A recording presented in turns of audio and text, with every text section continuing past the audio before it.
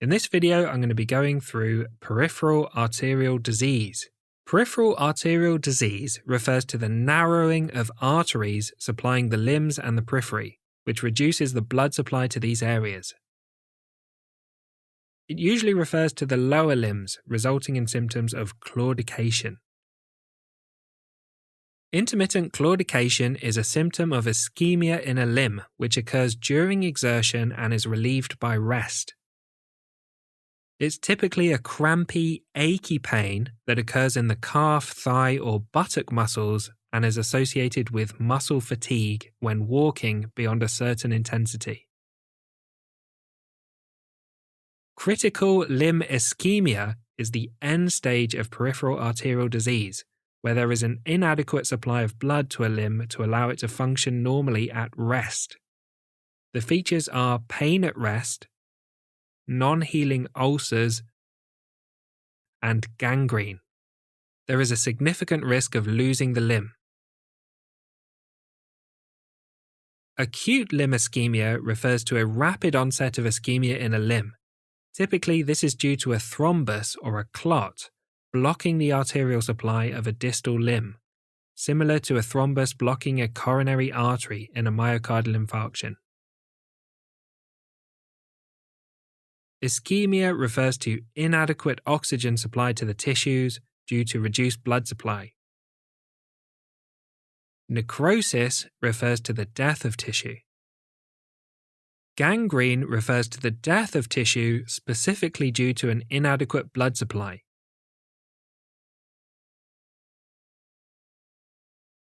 Let's talk about atherosclerosis. Athero refers to soft or porridge-like, and sclerosis refers to hardening. Atherosclerosis is a combination of atheromas, which are fatty deposits in the artery walls, and sclerosis, which is the process of hardening or stiffening of the blood vessel walls. Atherosclerosis affects the medium and large arteries. It's caused by chronic inflammation and activation of the immune system in the artery wall.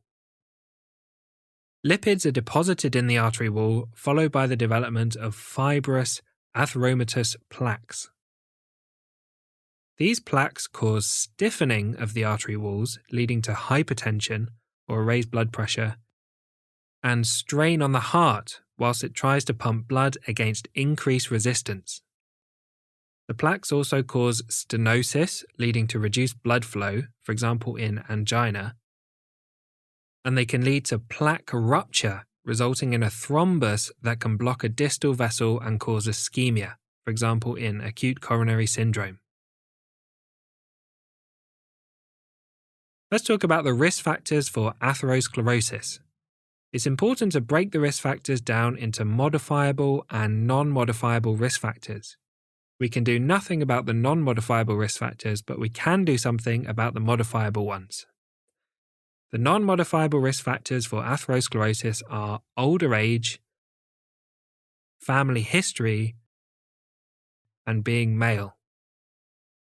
The modifiable risk factors are smoking, alcohol consumption, a poor diet which is high in sugar and trans fat, and low in fruit, vegetables, and omega-3s, a sedentary lifestyle with little exercise, obesity, poor sleep, and increased stress.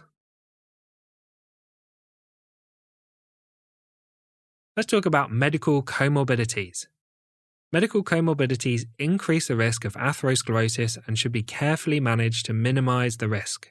And these include diabetes, hypertension, chronic kidney disease, inflammatory conditions such as rheumatoid arthritis, and the use of atypical antipsychotic medications, for example in schizophrenia. A Tom tip for you: think about the risk factors when you're taking a history from someone with suspected atherosclerotic disease, such as someone presenting with intermittent claudication. Ask about their exercise, diet, past medical history, family history, occupation, smoking, alcohol intake, and medications. This will help you perform well in exams and when you're presenting to seniors, as you'll be able to classify them as high risk or low risk for having the condition that you're suspecting. There are several end results of atherosclerosis, and these include angina, myocardial infarction, transient ischemic attacks, strokes, peripheral arterial disease, and chronic mesenteric ischemia.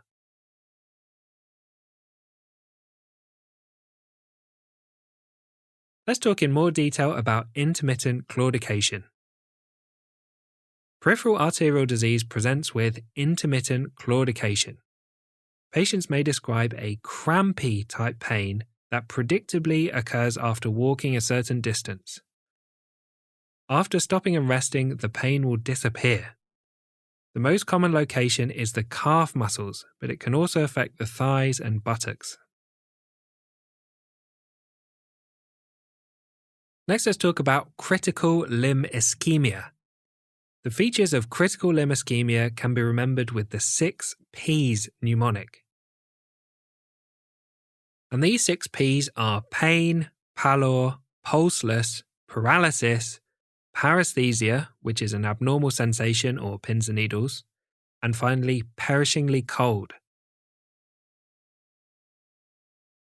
Critical limb ischemia typically causes a burning pain, and this pain can be worse at night time when the legs are raised up on the bed, as gravity no longer helps to pull blood into the foot. Next, let's talk about a very specific syndrome called Leriche syndrome. Leriche syndrome occurs with occlusion in the distal aorta or proximal common iliac artery.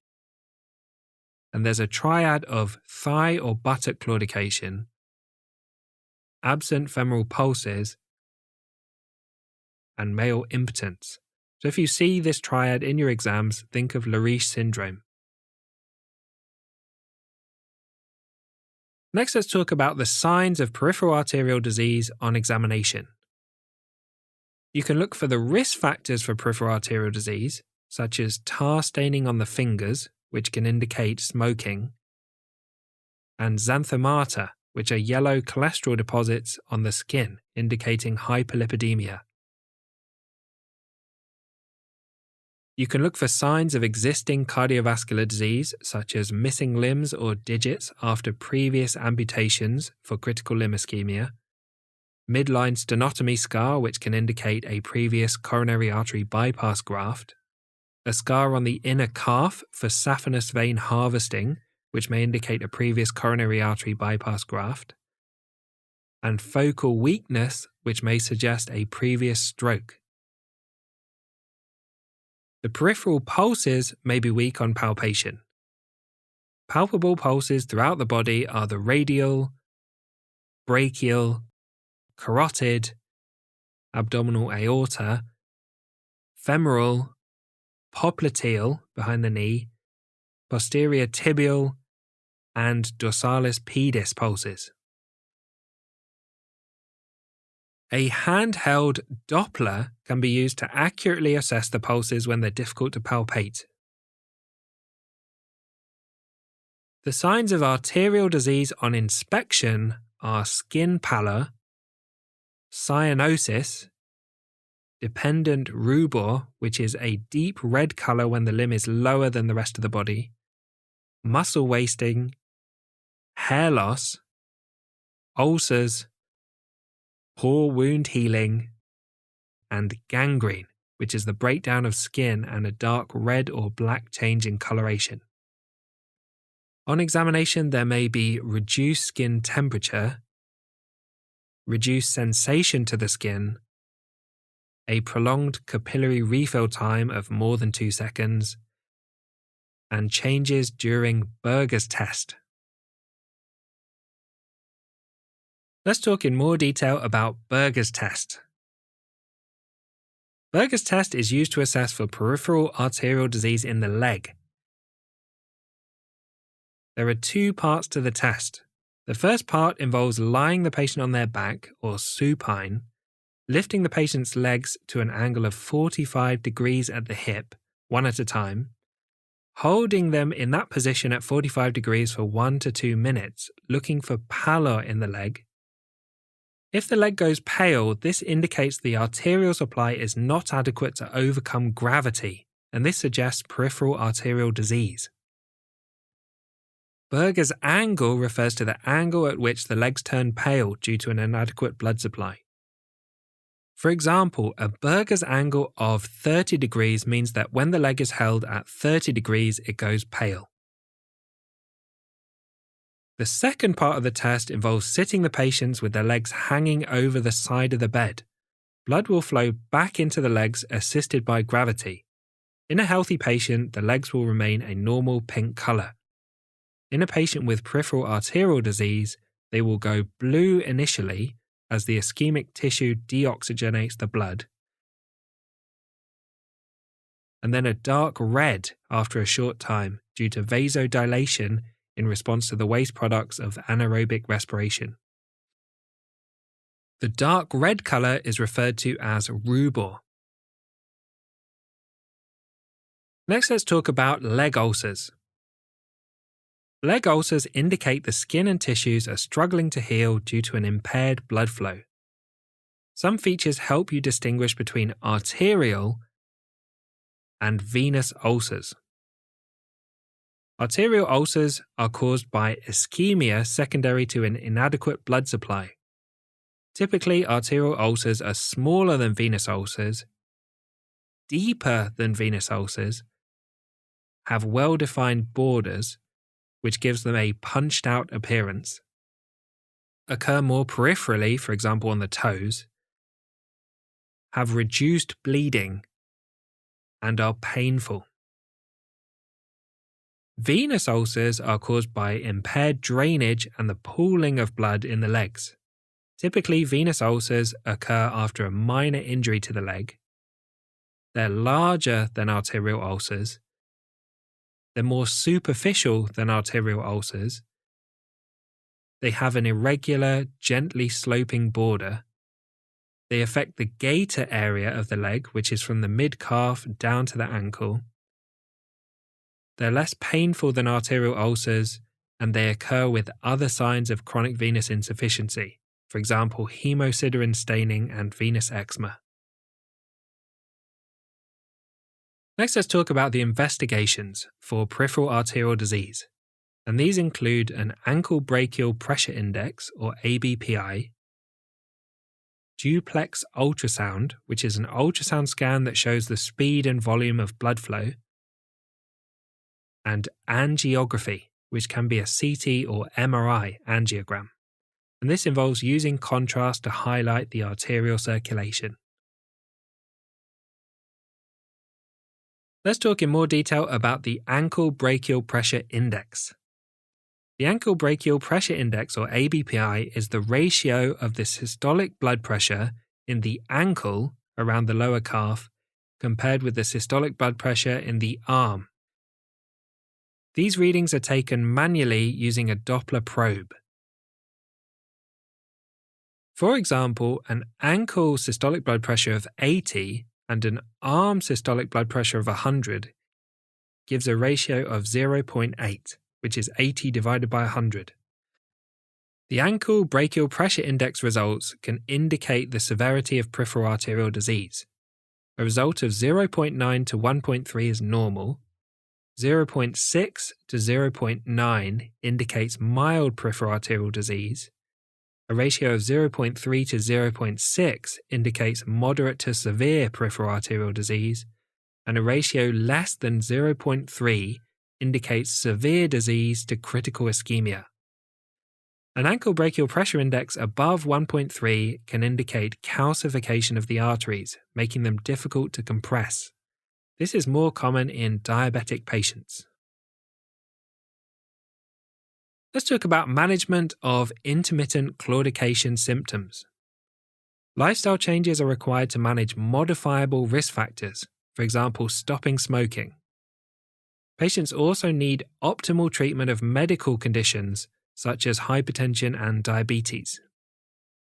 Exercise training involves a structured and supervised program of regular walking to the point of near maximal claudication and pain, then resting and then repeating this exercise. And this helps to improve the blood flow to the peripheral tissues. Medical treatments involve atorvastatin 80 mg, clopidogrel 75 mg once a day, and aspirin can be used if clopidogrel is unsuitable, and a medication called naftidrofuryl oxalate, which is a 5-HT2 receptor antagonist that acts as a peripheral vasodilator, improving the blood flow to the peripheral tissues. Surgical options for intermittent claudication and peripheral arterial disease include endovascular angioplasty and stenting, endarterectomy, which involves cutting the vessel open and removing the atheromatous plaque, and bypass surgery, which involves using a graft to bypass the blockage. Endovascular angioplasty and stenting involves inserting a catheter through the arterial system under X-ray guidance, and then at the point of the stenosis, a balloon can be inflated to create space in the lumen of the vessel. A stent is inserted to keep the artery open. Endovascular treatments have lower risks but might not be suitable for more extensive disease. Let's talk about the management of critical limb ischemia. Patients with critical limb ischemia require urgent referral to the vascular team. They require analgesia to help manage the pain. Urgent revascularization can be achieved by endovascular angioplasty and stenting, endarterectomy, or bypass surgery. Amputation can be used to remove the limb if it's not possible to restore the blood supply. Finally, let's talk about the management of acute limb ischemia.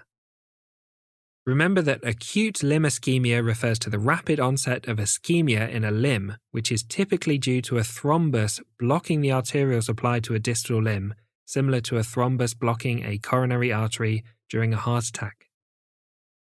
Patients with acute limb ischemia need an urgent referral to the on-call vascular team for assessment and management. Management options for acute limb ischemia include endovascular thrombolysis, which involves inserting a catheter through the arterial system to apply thrombolysis directly into the clot, endovascular thrombectomy, which involves inserting a catheter through the arterial system and removing the thrombus by aspiration or mechanical devices,